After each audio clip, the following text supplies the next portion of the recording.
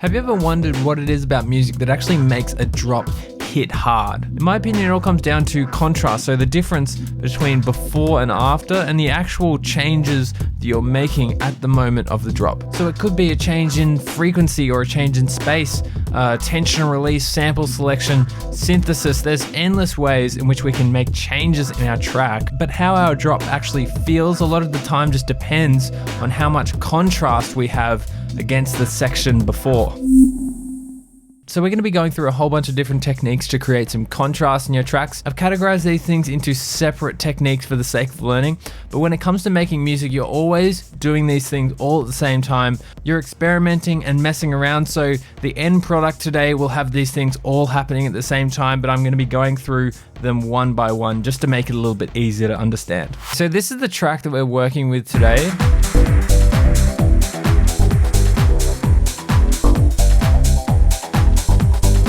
So I've kind of got all the ingredients that I'll need here today. I've got my drums here, and my bass layers here. I've got a few synth layers, a pad, and some effects. So I'm just going to start off with this first. I'm just going to copy the drums and the bass, and then I'm just going to zoom out and go to this grid line here and just paste them, and then just duplicate them over something like 4 times. And we're going to start off really simple here. Let's have a listen to this.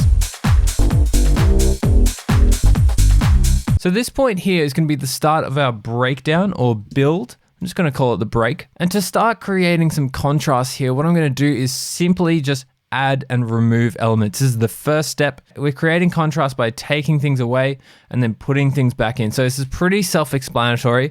But what I'm going to do is I've got this loop 2 here. If I just play my drums, I'm actually going to delete this loop 2 and just save it for the drop itself. So maybe I could have the drop here. I don't know if I'm going to want to extend this out further, but let's just keep it here for now. Let's say the drop's there. And what I might also do is just delete this layer when it comes to the drop here as well. So I'm starting to create some contrast this way by simply just adding and removing elements. I'm also going to delete this kick drum in here.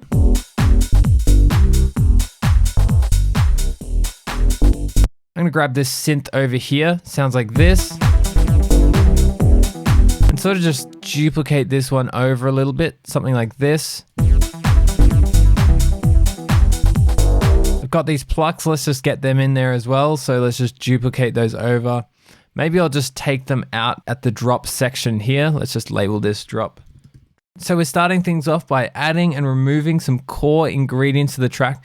We might do a little bit more of this later on, but for now this is good. By the way, if you want some free Serum presets, go check out our Serum EDM Essentials pack in the description below. Let's move on to some filtering. So I'm going to grab an auto filter, one of these guys, and I'm going to put that on my drums bus. So let's just maybe do some filtering on the drums bus and filter some frequencies away, and this way we're going to create some contrast as well. So in order to do this, I'm actually going to turn this filter off, right click it, show the automation, get my pencil tool out, draw it on in this section because I just want it to be on in this section here, and then I'm going to go over here and draw the automation here as well. So I'm just going to start to drop this filter, and I want it to drop pretty low to almost pretty much just cut out the drums.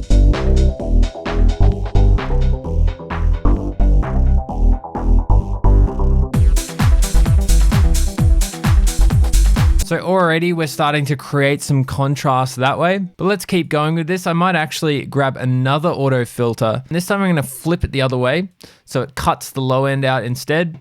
And I'm actually going to put it to a specific point that I want it. Let's listen to the drums here.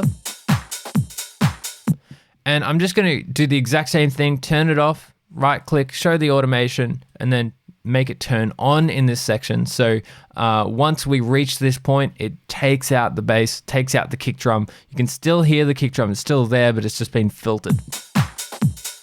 So I might do some filtering on my bass line as well. I might just copy this one over and see how that goes. So it's just gonna be high passing it. I've got a whole bunch of sort of erosion on this one. So it does have quite a bit of high end, which I'm going to filter away. And let's just have a listen to this. Maybe we could just adjust this automation curve to be happening a bit quicker this time.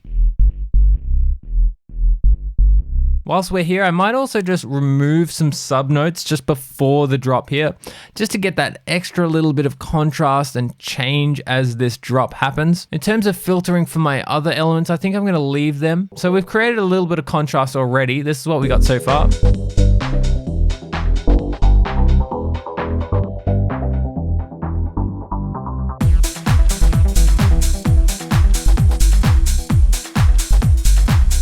So now I'm going to focus a little bit more on spatial contrast. So I'm going to build up the space in the atmosphere, things like reverb and delay, pads and effects as well. And then I'm going to strip all that back when it comes to the drop. So it's going to make the drop hit a little bit harder and sound really clean as well. So maybe we can start off with this pad here. I'm just going to introduce that in here and I'm just going to duplicate that over as well. So we've got this pad in there now.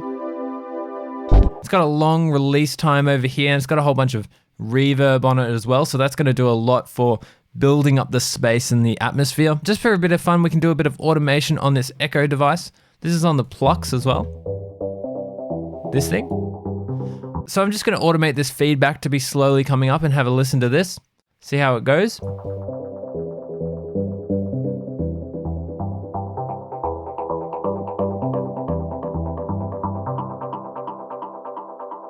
Sounds good, so that's getting slowly more intense as it gets towards the drop here. Maybe we could do something similar for this synth here as well. So I'm gonna go over here, show the automation of this echo device on here as well. And maybe I could just hold shift and just drag this line up a little bit. So that's just gonna ring this one out a little bit more.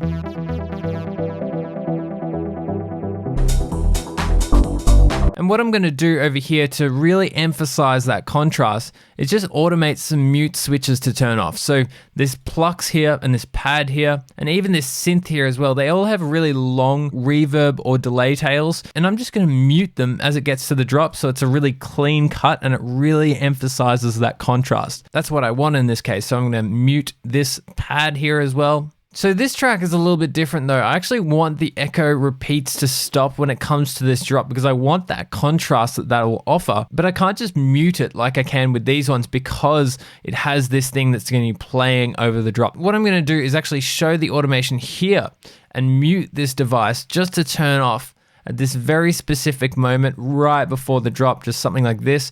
And that's just going to reset the device and get rid of all of the repeats, but then it'll turn back on and start repeating again. So this is a nice little trick to remember. So the last little thing here I'm gonna do is use some effects. So I've got some effects over here, and this is just gonna help fill out the space as well. I've got these effects in here, something like this.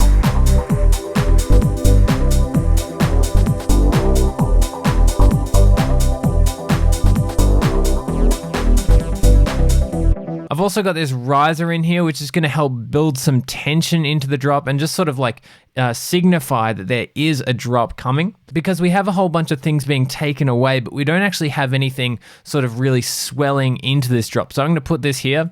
Let's have a listen and see if that makes it better.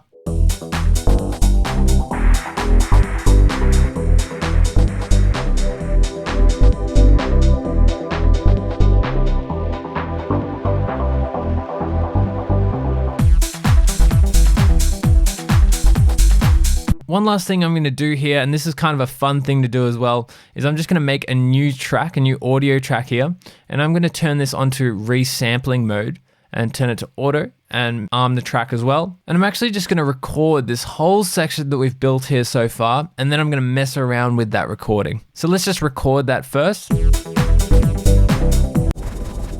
So I've got this recording here now. If I just solo the track and play it for you, you can see that it's the exact same as what we have so far. Right? And what I'm going to do is just snip off this end bit, and then I'm actually going to go grab something like a reverb device, something like this, turn it up all the way wet, messing around with the decay time, maybe turn the size down, just mess around with this a little bit. I'm going to cut out the low end as well because I don't want to be reverbing that. You could even mess around with some modulation stuff as well, or maybe some filtering. Maybe even try some filtering. So maybe we could do some bandpass filtering. That might be fun. Let's see what this sounds like.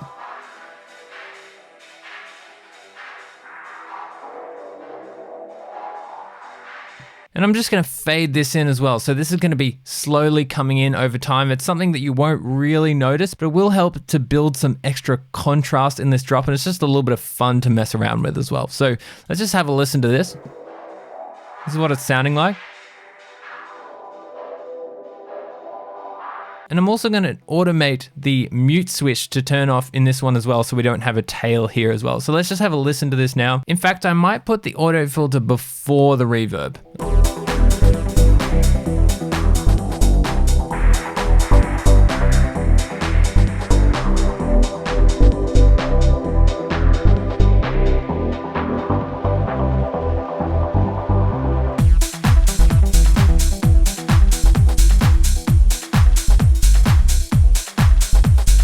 So you can see how all of these techniques are sort of combining together to create an overall sense of contrast in this track. So really what makes our drops sound big or small is just the amount of contrast that we use. And I hope you've learned a few different ways in which you can build contrast in your tracks now. So if you've enjoyed the video today, remember to like and subscribe to the channel. Otherwise, thanks for hanging out. Thanks for watching. Stay safe, and I'll see you in the next video.